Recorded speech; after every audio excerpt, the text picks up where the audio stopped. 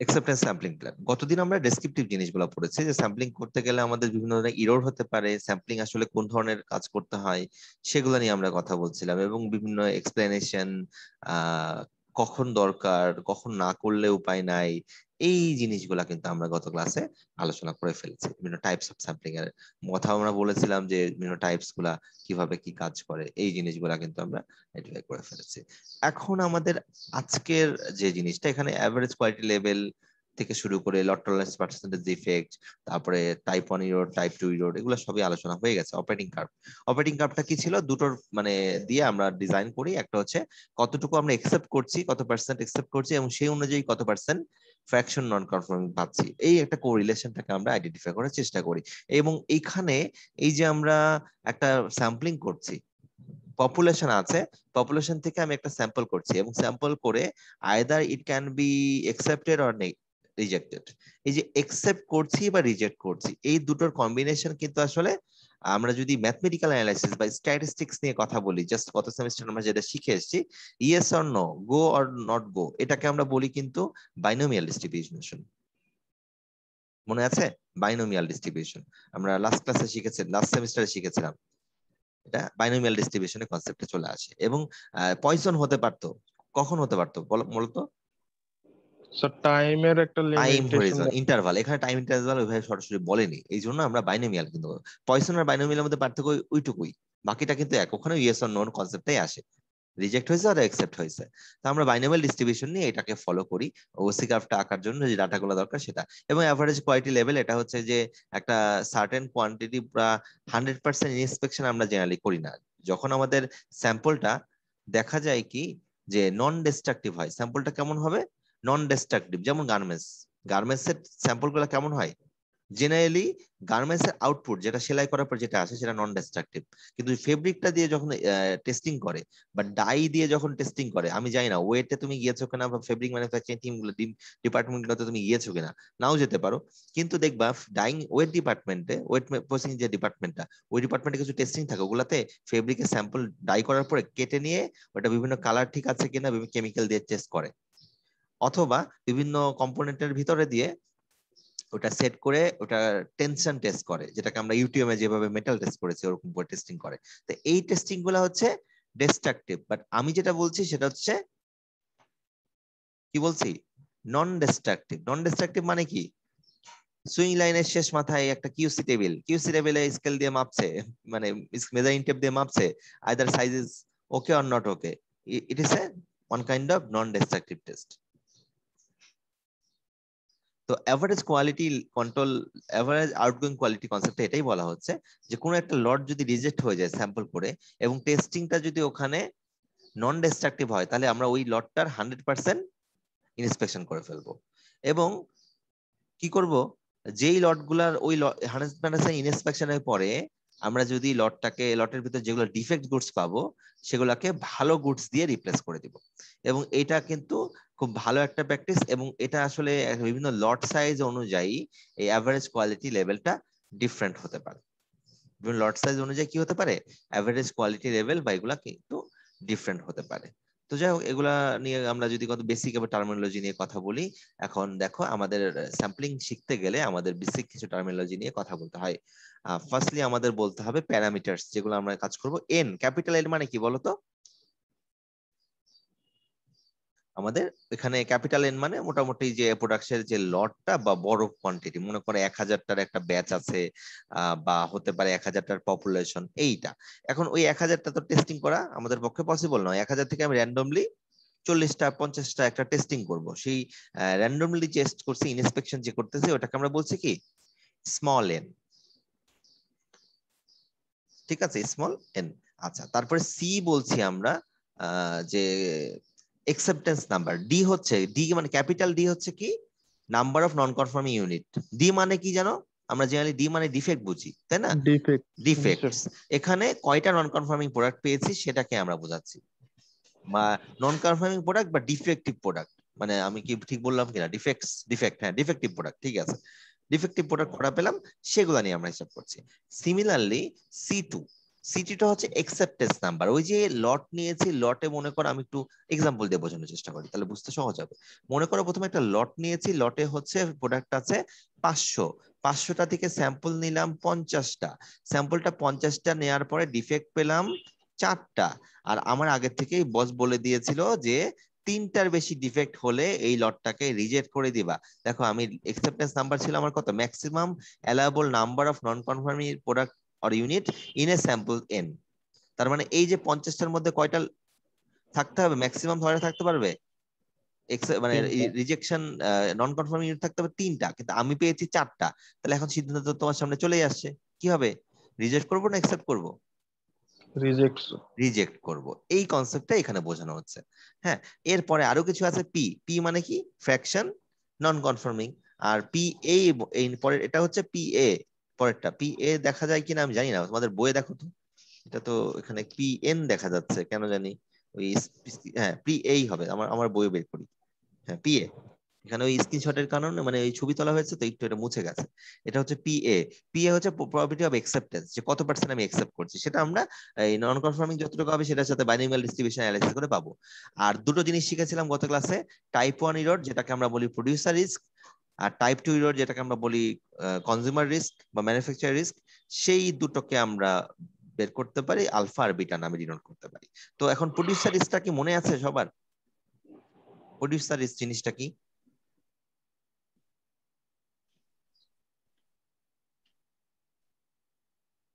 মনে নাই? না স্যার।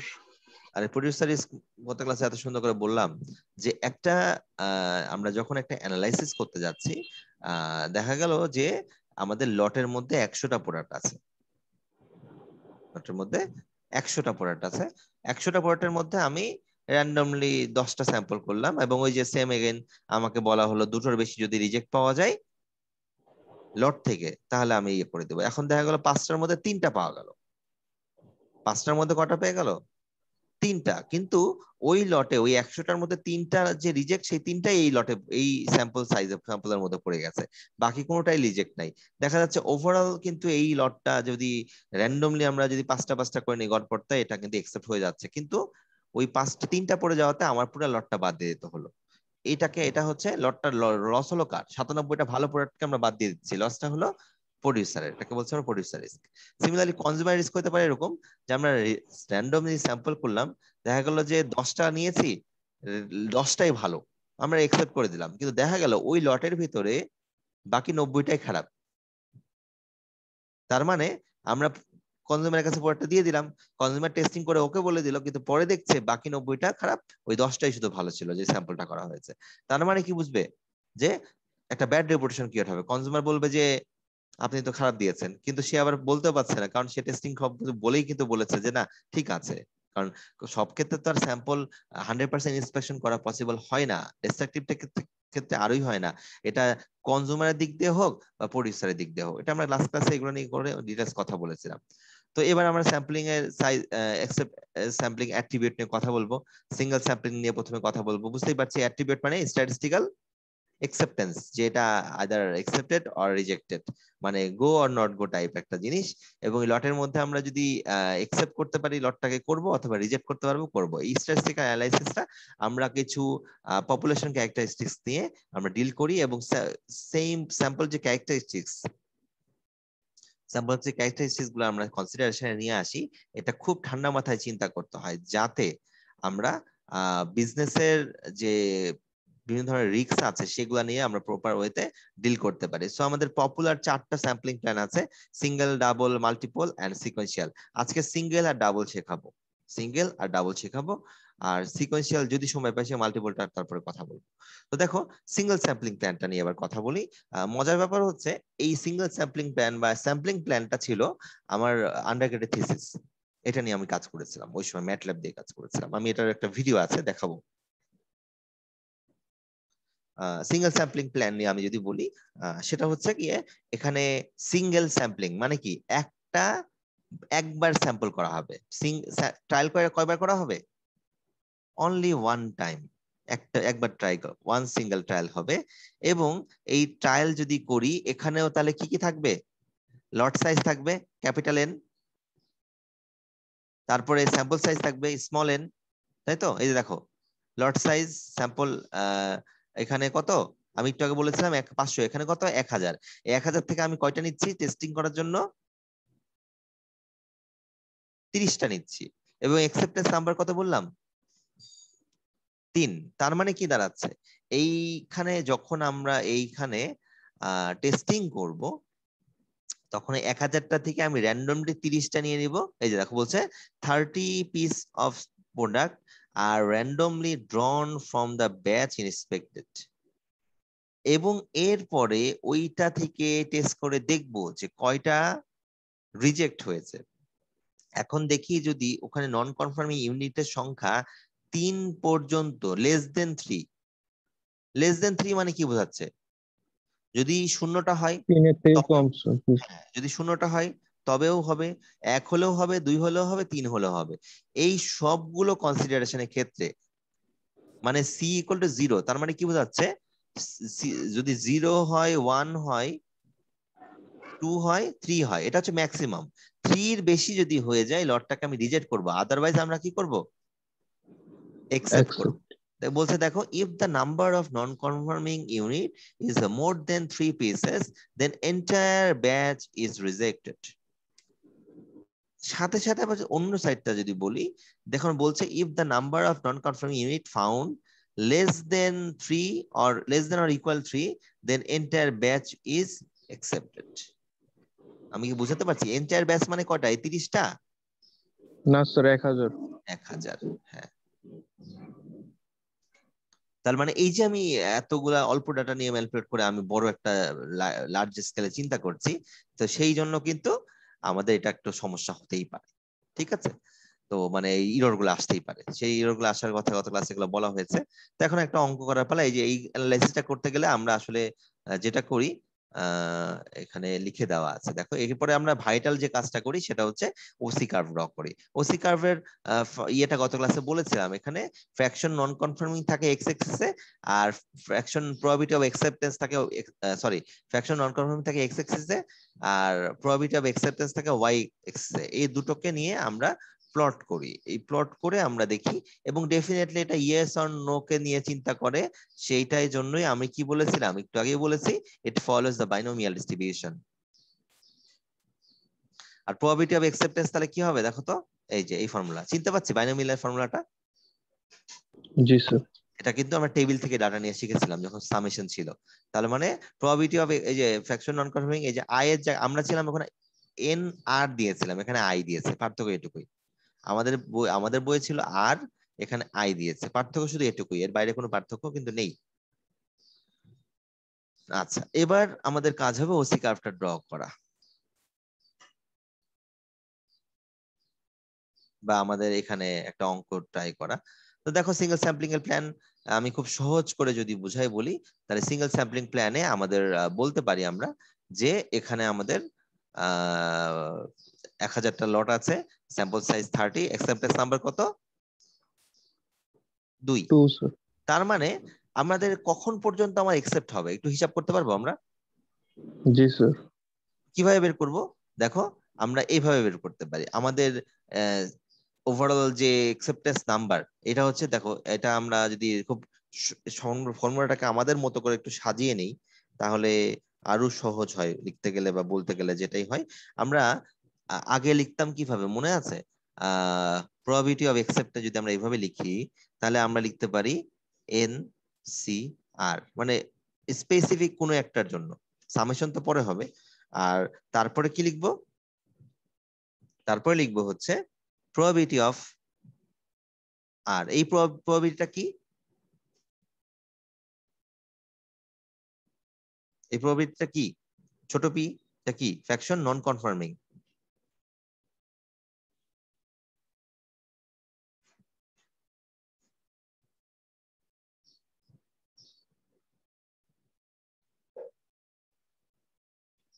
এটা হচ্ছে আর। আর তারপর কি হবে? 1 minus P to the power N minus R. বুঝতে পারছি কি? এইভাবে এসছে।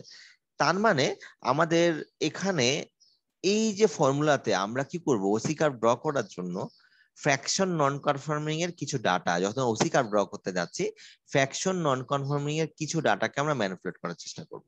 যেমন এখানে আমরা প্রথমে ধরে নিলাম ফ্র্যাকশন নন কনফার্মিং কত হবে, 0.01, মানে 1% ফ্র্যাকশন নন কনফার্মিং হলে প্রবাবিলিটি অফ অ্যাকসেপ্টেন্স কত। দেখো এই ফ্র্যাকশন নন কনফার্মিং 0.01%, এটা কিন্তু 3 ভাবে হতে পারে। যখন সি এর মান 0, যখন সি এর মান 1, অথবা যখন সি এর মান 2। বুঝতে কি পারছি? জি স্যার। সি এর মান 1, 2 and 3, সরি 0, 1, 2, এখানে তো 2 বলেছে, 2 পর্যন্ত ম্যাক্সিমাম। তার মানে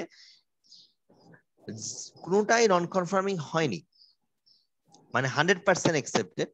এইটার প্রবাবিলিটি হচ্ছে কত? দেখো n, এই যে n হচ্ছে 30 আর 0, probability of non conforming 0.01 to the power 0 আর 1 মাইনাস, মানে এই যে মিলাও, এটার সাথে মিলাও 1 মাইনাস 0.01 n মাইনাস আর, এখানে r এর মানটা 0। তারপরে হচ্ছে প্রবাবিলিটি অফ নন কনফার্মিং এমন হতে পারে যে শুধু একটা পর্যন্ত। তার মানে কি দাঁড়াচ্ছে, সেখানে এই আর এর মান কত বসিয়ে দিব, 1, বাকি সব কিন্তু একই জিনিস। এই বাইনোমিয়াল ডিস্ট্রিবিউশন যদি ভালো করে না মনে রাখো তাহলে এটা এখন বুঝতে কিন্তু ভালোই কঠিন হয়ে যেতে পারে। আমরা এই অংশটাকে বুঝতে পেরেছি, বা 3টা কিভাবে আসলো। মোট কথা এটা সি এর সাথে রিলেটেড। কিভাবে সি এর সাথে রিলেটেড, সেটা হচ্ছে প্রথমে 0-র জন্য চিন্তা করব, তারপরে 1 এর জন্য চিন্তা করব, 2 এর জন্য চিন্তা করব। এই 3টা নিয়ে আমরা হিসাব করে দেখব যে আলটিমেটলি আমাদের কত পার্সেন্ট নন কনফার্মিং, কত পার্সেন্ট আমি একসেপ্ট করতে পারছি, মানে সবগুলাকে নন কনফার্মিং করে চিন্তা করে 30-এর মধ্যে। দেখতে পাচ্ছি যে আমাদের 0.01%-এর জন্য আমাদের প্রবাবিলিটি অফ অ্যাকসেপ্টেন্স কত,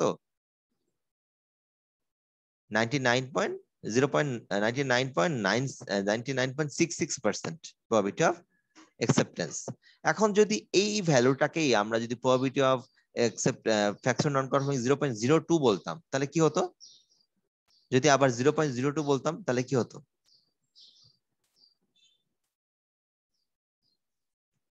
তখন এই জায়গাগুলোতে ভ্যালুটা চেঞ্জ হতো, বাকি সবগুলো কিন্তু একই। আমি কি বোঝাতে পারছি? বা এই লাইনটাও কিন্তু একবারে কমন লাইন, এই লাইনটাকে বোঝা যায়, বা কারো কনফিউশন তাহলে বলো, নাহলে কিন্তু বুঝতেই পারবো না, পরে করতেই পারবো না। সবাই বুঝতে পারছি নাকি কেউ বুঝতে পারছি না? চুপ থাকার মানে দুটো হতে পারে। না স্যার, বুঝতে পারি না স্যার। বুঝতে পারো নাই? না স্যার। এই তো বাইনোমিয়াল ডিস্ট্রিবিউশনে কি অবস্থা ছিল মনে আছে? Binomial distribution, Nahian? জি স্যার। কি সেটা?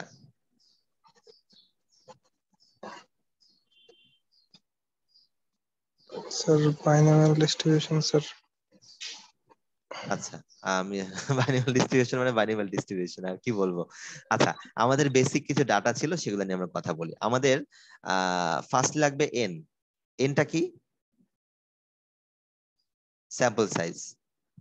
তারপর লাগবে কি? M R, sir. আর যে আর আর, বা এখানে সেই আরটা আসলে কি, এইখানে আরটাকে আই দিয়ে রিপ্রেজেন্ট করেছে, সেইটা আসলে ম্যাক্সিমাম হতে পারে, মানে এটা আর এর ভ্যালু হতে পারে কি 0 থেকে, আর এর ভ্যালুটা হতে পারে 0 টু সি পর্যন্ত। ঠিক আছে, এই সামেশনটা আমাকে করতে হবে সি। এখন আমরা এই সি জিনিসটা কি, সি এর এমনি ভাষায় বললে সিটা কি, number of non conforming in the sample, maximum number of, মানে এটা আমরা অ্যালাউ করব এখানে 2। তার মানে আমরা আর এর মান বা আই এর মান যেটাই বলি কত পর্যন্ত নিব, 0 থেকে কত পর্যন্ত নিব, এখানে স্যার 2 2 পর্যন্ত নিব, 2 পর্যন্ত নিব। এখন যদি সি এর মান একটু বাড়িয়ে দিতাম তাহলে কত নিতাম, ওই 0 থেকে অত পর্যন্ত নিব। তাহলে এখন আমাদের বাইনোমিয়াল ডিস্ট্রিবিউশনের কনসেপ্ট নিয়ে বুঝো। আমাদের এখানে লিমিট বলে দিয়েছে কত জানো, যে up to probability of acceptance up to 2 পর্যন্ত, আপ টু 2। তার মানে বলো 0টা যদি আমি সি তে পাই তাহলে কি আমি রিজেক্ট করে দিব? না স্যার। করব না। তার মানে জিরোটা পাওয়ার পসিবিলিটি কত সেটা বের করতে হবে। আমরা যদি বলি এরপর একটা পাই, তখন কি আমি রিজেক্ট করে দিব? না স্যার। তাহলে সেটা আমার বের করতে হবে। আবার যদি দুটো পাই, তখনও কি রিজেক্ট? না স্যার। তাহলে এটাও তো একসেপ্টেড। এই তিনটেই আসলে কি আমাদের ওভারঅল একসেপ্টেড। আমাদের প্রবাবিলিটি অফ অ্যাকসেপ্টেন্স হচ্ছে এই তিনটাই। এখন এই তিনটা প্রবাবিলিটি অফ জিরোর জন্য, প্রবাবিলিটি অফ ওয়ান এর জন্য, প্রবাবিলিটি অফ টু জন্য, এই যে জিরো, এই জিরোটা আসলে কি বলতো, এখানে এই ফর্মুলা অনুযায়ী আই এর ভিতরে বসিয়ে দিচ্ছি। এখানে এই ফর্মুলাটাকে জেনারেলাইজ ফর্মুলা যেভাবে লেখা হয়েছে, আমাদের যখন আমরা বাইনোমিয়াল ডিস্ট্রিবিউশন করতাম, তোমাদের মনে আছে কিনা, আমরা কিন্তু একটু, তোমাদের রেকর্ডিং তো তোমাদের কাছে আছে, একটু বাইনোমিয়াল ডিস্ট্রিবিউশন রেকর্ডিং দেখলেও আমার মনে পড়ে যাবে, এই ফর্মুলা গুলো তখন মিলে যাবে। আগে তো আর ক্লাসে রেকর্ডিং থাকতো না, এখন রেকর্ডিং আছে, যদি দেখো আমার মনে হয় তখন মনে পড়ে যাবে। তাহলে কনভেনশনাল ফর্মুলাটা কি, probability of acceptance equal to আমাদের শুধু জিরোর জন্য যদি চিন্তা করি, আমরা এইভাবে লিখি বাইনোমিয়াল শুধু জিরো, তাহলে কি লিখবো? এন এর ভ্যালু কত? C zero. জিরো। ঠিক আছে, শুধু জিরো লিখছি। তারপরে কি জি লিখবো? আমাদের fraction non conforming 0.01 to the power কত লিখবো? To the power zero. হ্যাঁ, আবার তারপরে কি লিখবো? গুণ করব, এটা আবার ফুল ব্র্যাকেট দিয়ে দিই, তাহলে পাওয়ার তো পাশে ডাবল ব্র্যাকেট দিয়ে দিলাম আর কি। আচ্ছা, এরপরে কি লিখবো? 1 minus 0.01 1.01, হ্যাঁ 1 minus 0.01 টু দি পাওয়ার 0 না 30 minus 30 minus 0। এখন এখানে জিরোই হবে। এটা গেল আমার প্রথমটার জন্য। সিমিলারলি আমাদের দ্বিতীয়টা নিয়ে আমরা চিন্তা করতে হবে।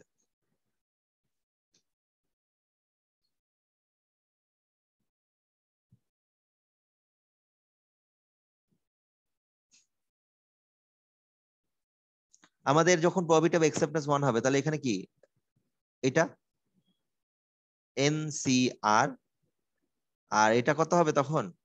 1 হবে। এটা কত হবে? 30 minus 1, that is 29। আচ্ছা, সিমিলারলি আমরা যদি পরেরটা নিয়ে চিন্তা করি, প্রবাবিলিটি অফ 2, তাহলে 2 এটা কত হবে? 28। এটা বুঝতে পারলাম। এখন এই অঙ্কটাতেই কোনো কারণে আমি যদি সি এর ভ্যালুটা কোশ্চেনে 2 দেওয়া আছে, আমি যদি 2 না দিয়ে অন্য কিছু দিতাম, মনে করো 2 এর জায়গায় আমি দিয়েছি 4, হতেই পারে। তখন কিন্তু এখানে আরো দুটো জিনিস আসবে। এই যে এই লাইনটা যে লেখা আছে, এই লাইনটা এখানে শেষ হবে না। এই যে জেনারেলাইজ যে লাইনটা, এই লাইনের সাথে আরো কিছু জিনিস অ্যাড করতে হবে। কি অ্যাড করতে হবে আমি লিখে দিই। কি লিখবো? প্রবাবিলিটি অফ 3 আছে স্যার। হ্যাঁ 3 নন আর কনফার্মিং নন কনফার্মিং প্লাস 4 নন কনফার্মিং।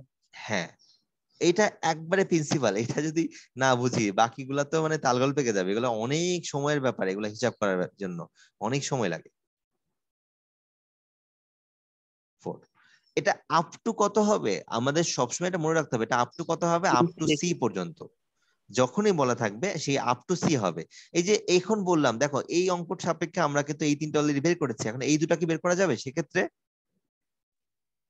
বের করতে পারবো পরের দুটো? জি স্যার। সেটাও বের করি, চলো। মানে বুঝিয়ে দেওয়ার জন্য করছি, যদি এই অঙ্কের জন্য রেলিভেন্ট না, বাট আমি একটু বোঝানোর জন্য করছি।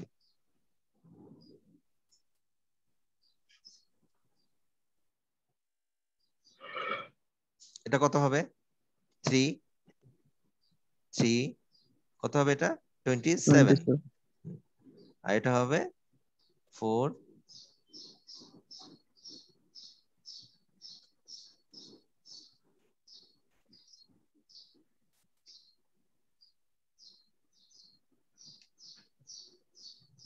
6।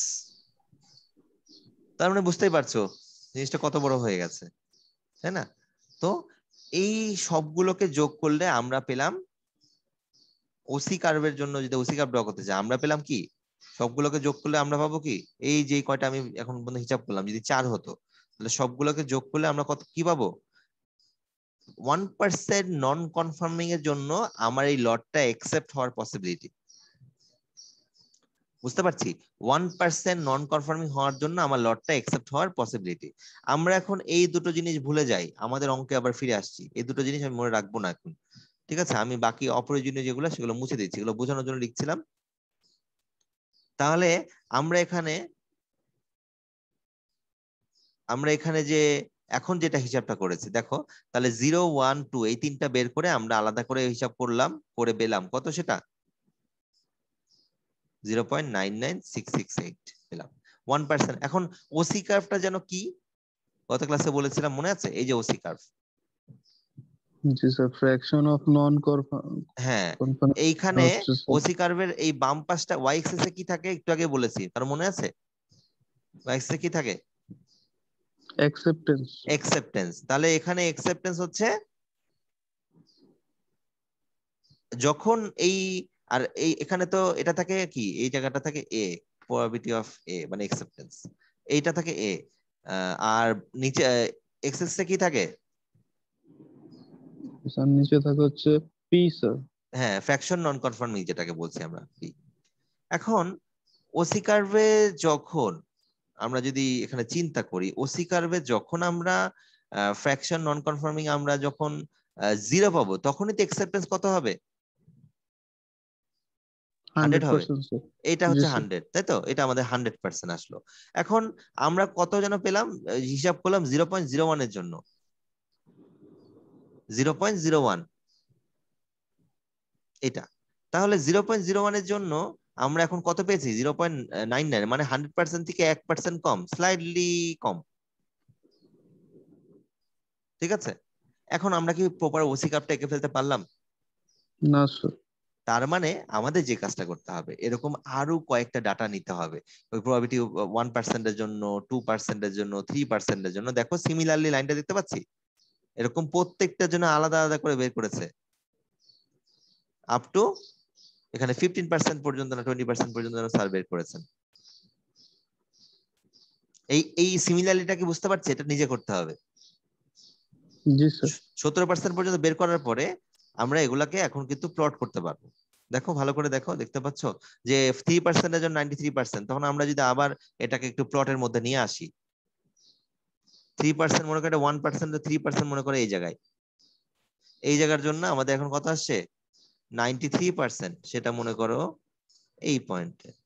তারপরে 5% এর জন্য 80%, মনে করে সেটা এইটা। তারপরে 64%, তারপরে 48%। আমরা কি বুঝতে পারছি র্যান্ডমলি এটা আস্তে আস্তে ডাউনওয়ার্ডের দিকে যাচ্ছে,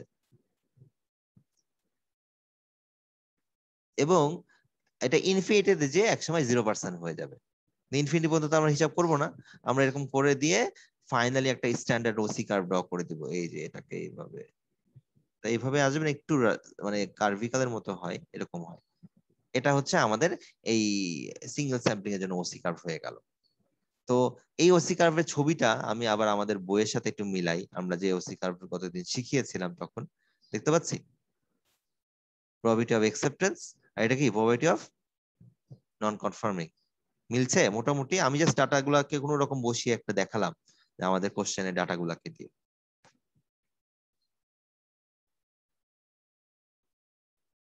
বুঝতে পারছি যে এটা একসময় 100%, যখন probability of fraction non confirming 100% এর জন্য 0 হয়ে যায়, সেটা অনেক দূরে যেতে পারে। আমরা আসলে এই অঙ্ক, যে অঙ্কটা একটু আগে দেখালাম বা যেটা করালাম, সেটার ওসি কার্ভটা নিয়ে এখন চিন্তা করি। এই যে ডাটাগুলো কিভাবে, সেটা কি আর আমরা আবার করে করে দিতে হবে, নাকি তোমরা ম্যানুয়ালি করে চেক করে দেখতে পারবে?